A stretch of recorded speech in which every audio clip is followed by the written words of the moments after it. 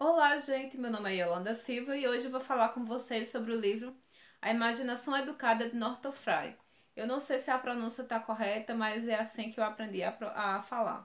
Este livro ele vai tratar de uma temática muito importante para o ser humano, que é a imaginação. Em linhas gerais, eu vou dizer para vocês do que é imaginação, né? Eu estudo a literatura, o mito e tudo mais, e a imaginação, de acordo com os antropólogos Gilbert Durand e outros, e também o Bachelard, eles falam que a imaginação é todo esse capital pensado, construído culturalmente pelo ser humano, né? Ele é bem lá, diz o Homo sapiens sapiens, é um homem que sabe que sabe. Diferente do homem neandertal, aqueles homens da pedra e tudo mais, né, que viviam para sobreviver. O homem sapiens, né, o homem que pensa, ele desenvolveu a cultura, costumes, artes e etc e tal. Então tudo isso que foi construído pelo ser humano é a imaginação. Então quando a gente fala de imaginação educada, né, que é o título do livro, é essa imaginação que ela é direcionada com um certo fim. O livro ele é pequenininho, todavia ele é cheio de informações muito especiais, né? E eu particularmente eu demorei muito porque eu fiz o livro todo, maturei a ideia na minha cabeça e ainda assim não creio que eu tenha aprendido, mas eu quero falar sobre ele hoje. Então, no caso, Norton Frye, ele tem uma biografia bem interessante. Ele nasceu em Quebec, no Canadá, graduou-se em filosofia e inglês na Universidade de Toronto, onde também estudou teologia. Posteriormente foi ordenado na Igreja Unida do Canadá, maior denominação protestante do país. Após receber seu mestrado em Oxford, retornou à Universidade de Toronto, onde lecionou pelo resto da vida. Morreu também em Toronto, em 1991. Publicou sua maior obra em 1957, Anatomia da Crítica, um tratado sobre os princípios e métodos da crítica literária enquanto ciência. Tá até por aqui ali esse livro que é um catatal enorme e ele é maravilhoso. Eu estou lendo um pouquinho. Então, no caso, este livro aqui ele é dividido em várias partes. Eu vou começar a falar com vocês sobre o início. Eu vou falar parte por parte mesmo. Então, como não é um texto literário, não tem problema com spoiler, eu vou realmente falar um pouco da obra. Então, vamos começar aqui com o primeiro capítulo, que é Motivo da Metáfora. Vou ficar olhando para cá porque vocês sabem, né? Colinha é bom nestas horas. Norton Frey já inicia o texto perguntando: para que serve a literatura? Em que é relevante o fato de ele, um estudioso, um crítico literário, um estudioso da literatura, estar falando sobre a mesma. Ele vai trazer-nos algumas metáforas interessantes. Ele vai dizer que ele parte do pressuposto de que, antes de falar de literatura, ele fala do uso da língua. Ele vai dizer que, ele dá um exemplo, por exemplo, de Robinson Crusoe, nos faz, né, imaginar um naufrágio. E de repente essa pessoa, né, vai parar numa ilha deserta e ele está lá sozinho. Então ele fala que o primeiro momento em que o ser humano usa a língua é para denominar as coisas. Por exemplo, isso é uma planta, é verde, azul, amarela, é o sol, né? Então, assim, esse primeiro momento é de você aprender a realidade, denominando as coisas, organizando o pensamento. O segundo momento do uso da linguagem é como expressão de si mesma. É você falar sobre, né, o que você é, para onde você vem, de onde você vai. Então, Norton Frey diz que a linguagem ela ajuda a organizar o ambiente, né, organizar o lugar ali. Então, é tanto que ele fala que as três formas de usar a língua. Na primeira seria essa de aprender a realidade ali, né, denominar as coisas. Segundo, como autoexpressão. E aí vai contemplar desde, por exemplo, quando você é o uso prático da língua, no caso, você usa numa reportagem, né? Você vai se expressar ali, você vender um produto, você é um professor, você vai passar aquela informação. E ele fala que existe a terceira dimensão do uso da língua, que é a literária, que usa a imaginação. E é interessante que parta do pressuposto que você está numa ilha deserta e que você tem que denominar, dar nome aos bois, dar nome aos bois e nomear aquela realidade. Todavia, né, todos nós queremos tornar o nosso lugar em um lar. Então, eu sei que aquele ambiente às vezes é hostil. Então, eu vou criar um mecanismo de tornar aquele lugar mais agradável. Então, por exemplo, eu tenho muitas plantas ali, né? Ervas daninhas. Ele fala, o fato de você dizer erva daninha é porque você não quer aquela erva lá. Então, você diz que ela é daninha e você atira. Então, esse movimento de fazer um jardim para tornar aquele lugar mais belo, mais agradável, é justamente essa capacidade que o ser humano tem também de usar a língua. Então, em vez de eu usar a língua somente como autoexpressão ou como dar nome à realidade, eu vou fazer o que eu queria. Então, ele fala que a literatura está para esse pressuposto de o querer. Então, o ser humano, né, ele não quer só viver, se alimentar, comer, ele quer criar outra realidade, para ele tornar a realidade mais suportável. Né? Porque, veja só, um exemplo prático aqui, para quem não assistiu o meu vídeo sobre Futuro de uma Ilusão, vou deixar um card aqui em cima, que Freud fala que diante das forças destrutivas, do destino indomável, da natureza indomável e da morte, né, o ser humano criou uma narrativa que é Deus, né, que é ele fala basicamente da cultura judaico-cristã. Então, Norton Freud praticamente vai dizer a mesma coisa, que na verdade o ser humano nessa terceira dimensão da linguagem, ele vai simplesmente criar histórias, narrativas para refletir sobre a sua vida, né? E vai dar uma dimensão mais grandiosa às coisas, né? Vai deixar a vida mais sublime, vamos dizer assim. Então, ele vai falar que saindo dessa linguagem utilitária da língua, ele vai para essa linguagem de um valor social, seja criando valores, ou seja, criticando os valores, seja repensando os valores. Então, quando ele faz a pergunta, para que literatura, né? Em que ela é importante? Para que a relevância de estudá-la? A resposta está aí, né, gente? Porque se você for analisar, por meio da literatura, nós podemos aprender coisas que não estão na nossa realidade. Exemplo, eu, particularmente falando, não vivi na Idade Média, não sei como era a realidade da Idade Média, muito menos da Antiguidade Clássica, da Grécia, Roma. Mas se você pegar um livro como a Ilíada, a Odisseia, você vai se reportar àquela realidade que você vai ver que não é diferente da nossa. Os deuses são diferentes, a forma de ver o mundo e os valores, valores artes é até ambíguo, eram outros. Todavia, as ânsias humanas são as mesmas. É tanto que ele fala aqui que se você analisar, por exemplo, ele diz o seguinte, em relação à linguagem utilitária e autoexpressiva, ele diz assim, se você chegar para um cientista, né, por exemplo, um cientista contemporâneo, por mais insignificante que ele não seja um gênio, ele sabe mais do que Isaac Newton, porque a capacidade de aprender a realidade do homem evoluiu, a tecnologia evoluiu, então o microscópio que você vê aí, né, até a mínima célula lá, deu maior visibilidade do homem em relação ao ambiente. Então, lógico que esse homem ele vai saber mais do que Newton, né? Todavia, se você parar para pensar, e a literatura? Ele até dá exemplo que o maior dramaturgo de hoje jamais escreverá uma peça tão boa como a de Shakespeare, né? Aqui eu lembro de Theodore Dalrymple, né? Porque Shakespeare é universal. Também tem um vídeo aqui gravado, vou deixar um link por aqui. Que ele fala que Shakespeare trata da natureza humana. E ele expressou bem isso, ele refletiu sobre isso, de tal modo que ninguém mais escreveu como ele. Pode ter controvérsia? Pode. Mas, realmente, né? É algo que é difícil superar Shakespeare. Eu quero ler para vocês aqui uma citação que está na página 23, que diz: o ponto simples é que a literatura pertence ao mundo que o homem constrói, e não ao mundo que ele vê. Pertence ao seu lar, e não ao seu ambiente. O mundo literário é um mundo humano, concreto de experiências imediatas.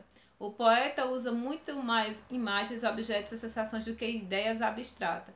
O romancista se preocupa em contar histórias, não em estruturar os argumentos. O mundo da literatura é o mundo em sua forma. É o mundo onde o sol nasce a leste e se põe a oeste, por toda a borda de uma terra plana em 3 dimensões, onde as realidades primárias não são átomos ou elétrons, mas corpos e as formas primárias não são energia ou gravidade, mas amor, morte, paixão e alegria. Partindo dessa citação aqui de Norton Frye, né? Vamos entrar agora na escola de Cântulo, que é o capítulo 2. Eu particularmente falando, essa parte foi a que eu menos entendi e a que eu mais estudo, é contraditório. Porque nesse capítulo ele vai falar sobre a escola de... É porque eu não consigo concatenar a escola de canto com o que ele fala, né, na dimensão assim da obra. Ele vai dizer que... Ele diz, neste momento nós aprendemos a diferença entre a linguagem utilitária e a linguagem imaginária, que é a literatura. Ele vai dizer, por exemplo, se você perceber nos mitos em gerais da cultura, né, das culturas, você vai ver que por trás delas tem literatura. No caso, se você analisar a cultura egípcia, você vai ver os elementos literários lá, né? A criação, o Deus poderoso, maravilhoso, ou então o herói que vai superar a si mesmo para conquistar a sua identidade. Então, ele fala do pressuposto de que talvez o canto seja referente a isso, né? Porque a musa, né, aquela que permite a criação literária, esteve em todas as culturas. Diz que por mais primitiva que seja aquela cultura, sempre teve literatura. Mesmo que nós não tenhamos assim um romance tipo de um egípcio lá e tudo mais, mas nós temos os elementos literários na própria narrativa que eles tinham como religiosa. Então, Norton Frey vai dizer que o percurso, né, da civilização, quanto mais ela vai evoluindo, a identidade deixa de ser uma identidade coletiva. Por exemplo, se você perceba que na Grécia Antiga, quem era o homem que representava a Grécia em si? Era Hércules, era Aquiles, eram os heróis gregos, né? E eles tinham toda uma batalha, né? Enfrentavam monstros, desciam na mitologia hebraica, né? Os Jonas desciam eram engolidos por monstros marinhos, tinham que enfrentar a si mesmo para encontrar a sua identidade. Então, esses mitos, né, desses homens, desses heróis, representavam, de certo modo, o ser humano como um todo, né? Todo ser humano ele tem essa coisa de crescer, passar pela puberdade, enfrentar os monstros desconhecidos e aí chegar num patamar de grandiosidade ou não, e aí vence, né, e se torna um velho. É bem aquela coisa da esfinge, né? A esfinge chega para Édipo e diz que é o que é, que de manhã tem 4 pernas, né? Ao meio-dia tem 2 e à noite tem 3. Então, no caso, Édipo responde, né? É o ser humano, né? Que quando é criança é 4 pernas, ela engatinhando. Imagine só o herói quando ele começa. Ele é uma criança engateando sem conhecer muito da existência. Aí ele chega no limiar ali, né? Quando ele está com 2 pernas para correr, para batalhar, enfrenta um monstro e vence e tudo mais. Ele vai com aquele elixir para a sua cultura, né? Ele sai do mundo comum, depois vai para aquele limiar, chega no universo, vamos dizer assim, superior, em que ele vai batalhar contra os monstros, vai receber lições dos sábios, né, dos mestres, aí ele volta com aquela mensagem. Então aí ele já tá ok. Depois chega a velhice, né, quando ele tá com o cajadinho lá e se conforma com a existência. Então este é o modo primário da literatura que está imbuída nos mitos, nas religiões. Aí Norton Frey diz que a partir do momento que a civilização evolui, né, e que as pessoas elas têm essa compreensão de si mesmo, do universo, de forma mais abrangente, esses conflitos deixam de ser mais assim ligado ao todo, né, como as narrativas do Herói de Mil Faces, que ele toma como exemplo, que é Joseph Campbell, que ele vai falar que todos os heróis de todas as culturas antigas são comuns, passam pela mesma coisa, porque é o que o homem passa, né, gente? Esse mito do Édipo diante da esfinge é bem isso. Então, ele diz que a partir do momento que o ser humano aprende essa realidade, né, ele vai começar para confrontos individuais, entendeu? Então, eu não vou mais me preocupar com o monstro marinho e tudo mais, eu vou me preocupar com aquela pequena pedra no meio do caminho que me incomoda. Então, eu parto do pressuposto, saio do pressuposto universal, que já tem as respostas, vamos dizer assim, e vou me preocupar com a minha resposta individualzinha. Mais ou menos assim. Seguimos. Opa! Chegamos à parte que é os gigantes do tempo, né? E Norton Frey vai falar nessa palestra que ele deu, né? Que são várias palestras que ele incorporou e fez esse livrinho. Esse aqui é um dos capítulos mais significativos do texto todo, vamos dizer assim. Ele vai falar os gigantes do tempo, né? Compreenda só. Qual é o maior inimigo do homem? Né? O maior inimigo do homem é o tempo. Vamos compreender. o tempo vai passando, nós vamos envelhecendo, as rugas vão aparecendo, e aí a gente vai tendo que se deparar com a velhice, a doença e a morte. E o pior de tudo, a inexistência, vamos dizer assim, se você não for cristão, não crê que exista um céu, um mundo superior assim, então você realmente deve temer o tempo. Tô procurando aqui a citação que ele fala, eu acho bacana. Então, a literatura, para que ela serve, gente? Além de você criar um ambiente familiar na Terra, né? Na Terra hostil. Você vai criando aquelas narrativas que vão dando sentido para a sua existência. E, além disso, você pode resgatar esse tempo. Aí ele dá o exemplo de onde ele tirou esse capítulo, que é do Em Busca do Tempo Perdido, de Michel Proust. Proust, sei lá. E aí, por quê? Você veja só, esse escritor escreveu 6 tomos, se eu não me engano, descrevendo toda a vida dele, desde a infância até a sua vida, né, ali, até a vida contemporânea dele ali. Só que ele não só descreve a vida dele como uma autobiografia, não, ele vai falando sobre tudo que se passa ao seu redor como uma forma de aprender cada momento, cada sensação, cada coisa. Então, Norton Frey vai dizer que a literatura, né, a literatura, os poetas, os escritores, os romancistas, eles conseguem aprender o tempo, eles são gigantes do tempo.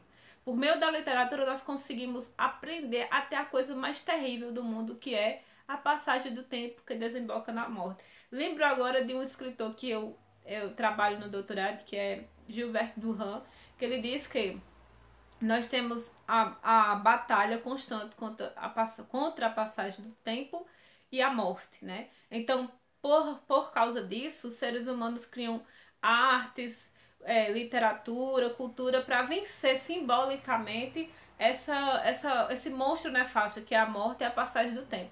Então, olha só, isso é um antropólogo falando, né? Um estudioso do mito.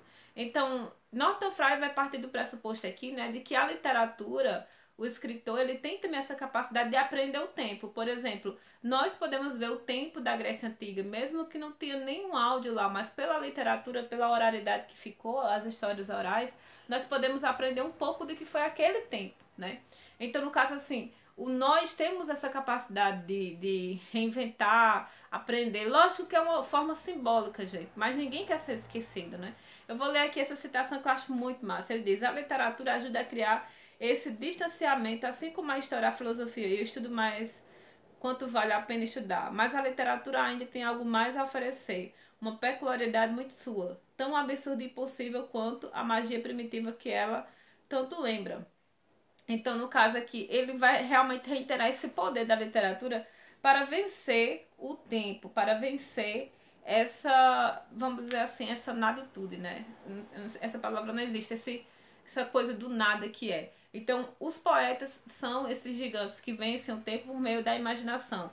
Eles conseguem vislumbrar o todo e criar um certo conforto para a existência humana diante desse nada que é a existência em si. Chegamos à última palestra dele, que é Verticais de Adão. Eu acho que essa vai ser a parte mais polêmica, que algumas pessoas irão me criticar bastante, talvez, aí, né? Mas é o livro que tá falando, não sou eu. Então, assim, no meio, assim, no preâmbulo, assim, preâmbulo não, no meio, assim, praticamente, no início, meio e fim do texto, basicamente, Norton Frey vai criticar muito a questão do marxismo e a sua visão em relação à literatura, né, canônica, e esse é o ponto nefrálgico aqui da situação, e tanto que é essa imagem que nós estamos vendo aqui, que é a Torre de Babel. E Norton Frey vai falar sobre o mito da Torre de Babel. Ele parte de um pressuposto bem simples. Ele diz assim: qual foi o problema da Torre de Babel? Você vê que essa imagem é de um pintor famoso, mas eu não lembro agora o nome dele. Ela está em ruínas, né? Aqui o homem tinha tudo para vencer, né? Para chegar aos céus, aí, né? Tinha a técnica, construiu e etc e tal. Mas por que deu errado aí? Deu ruim, né? No meio do percurso. Ele vai dizer na página 134. Eu não vou ler para vocês, eu vou parafrasear. Que ele vai dizer que naquele momento em que o homem tinha tudo para, né, para chegar ao ápice da civilização, eles começaram a brigar porque as línguas não estavam assim num senso comum, eles não conseguiam se compreender. E Norton Frey vai dizer que essas línguas, né, essa é uma metáfora, não é que seja russo, não é que Deus mandou lá, né, a maldição para um falar russo, alemão, grego e eles não se compreender. Não se trata basicamente disso no que Norton Frey vai dizer. Ele vai dizer assim: imagine só, se a linguagem ali partir do pressuposto de que ninguém se compreendia. Eu vou explicar para vocês agora, que talvez, com certeza, vai haver crítica, mas não tem problema, deixa eu comentar, a gente troca ideia. Por que a imaginação educada? Para Norton Frey, ele disse que a civilização, né, o seu assim, o seu alicerce são as narrativas canônicas que tem como fundamento, de certa forma, moral, a ética judaico-cristã. Então, ele vai dizer que a criança, o adolescente, a pessoa assim tem que ler John Milton, né? Que fala o paraíso perdido, quando um ser não se conforma com um ser superior e quer se destruir e vai ser expulso do paraíso. Aí ele diz assim, a crítica marxista critica John Milton, não sei porquê, né? Beleza. Aí, por exemplo, vem outro T.S. Eliot, né, que também era um grande literato, né? Eu sei que a crítica marxista diz que ele dizia, né, que as pessoas tinham que haver uma classe pobre, assim, para trabalhar, para dar o ócio para o escritor. Aí Norton Frey diz, ah, beleza, eu sei que essa crítica é palpável, assim, essa visão. Mas você tem que separar quem era a pessoa Eliot e quem era o escritor Eliot. Se ele foi capaz de... E aí ele vai dar o exemplo de Lord Byron e outros poetas que, de certa forma, foram em busca de pessoas e participaram como é que eu disse, do mercado de humanos, escravizaram e tudo mais. Ele tenta separar um pouco assim. Beleza, eu não estou dizendo que a pessoa é boa, mas o que ela produziu enquanto arte. Se dá para separar, não sei. O fato é que quando ele vai dizer assim, quando você traz, aí se você desmerece essas narrativas como Shakespeare, né, que trata do homem universal, né, a questão do bem, do mal, Deus, morte e tudo mais. Se bem que Shakespeare não está nem um pouco preocupado com Deus, né, porque a época dele era o Renascimento, então era o antropocentrismo de volta, o ser humano não estava muito preocupado com o Theo, né, com o Deus soberano. Ele estava preocupado em compreender a si mesmo e no meio daquela efervescência científica, cultural que estava havendo. No entanto, mesmo Shakespeare preocupado com esse antropocentrismo, ele realmente vai no antropocentrismo. O que eu quero dizer a vocês? Na contemporaneidade, as pessoas não se preocupam mais em buscar essas narrativas que foram o ápice da civilização. A narrativa Ilíada, Odisseia, Eneida de Virgílio, Paraíso Perdido de John Milton, a Bíblia cristã, né, a Bíblia escrita, a Bíblia cristã não, a Bíblia judaica, né, o Novo Testamento que é cristão. Então, esses foram os pilares da cultura ocidental. Tudo que somos, tudo que pensamos vem daí, né? Então, assim, quando as pessoas denegrem essas literaturas, né, denegrem essas narrativas pautadas nessas literaturas para focar só em narrativas individuais, o nosso imaginário ele vai ficar extremamente fragmentado. Então, você chega na sala de aula, né, e traz um texto e que o aluno não tem uma imaginação educada, ou seja, ele não tem aquelas imagens, por exemplo, da queda, né, aquela imagem do calcanhar de Aquiles que foi, né, que era o ponto fraco dele. Então, você dá um texto, faz uma prova, o aluno diz, mas o que é isso? Não estou entendendo nada aqui. Por exemplo, um exemplo disso, eu levei uma prova, um cartoon, eu fiz uma prova em que eu levei um cartoon que era a branca, Chapeuzinho Vermelho criticando a Chapeuzinho de Retalhos, né? Um cartoon usou a narrativa oral, né, antiga, né, para fazer uma brincadeira com relação ao bullying. Os alunos, alguns eu tinha levado o texto para os alunos, né, antes, o texto original de Chapeuzinho Vermelho, para fazer a prova, né, aquela coisa crítica. Os alunos que faltaram, no dia que eu levei o texto, eles não sabiam aquela narrativa e deram respostas absurdas. Para vocês terem ideia do que Norton Frey quer falar. Então, a narrativa de Chapeuzinho é um conto de fada, uma narrativa oral que contribuiu para a educação da cultura da criança. Por exemplo, a Chapeuzinho Vermelho pode ter várias mensagens, mas a mensagem principal é que existe o mundo, a floresta com o lugar perigoso, existe o lobo mau, existe o mal e a criança tem que aprender a se proteger disso, porque senão ela vai ter consequências.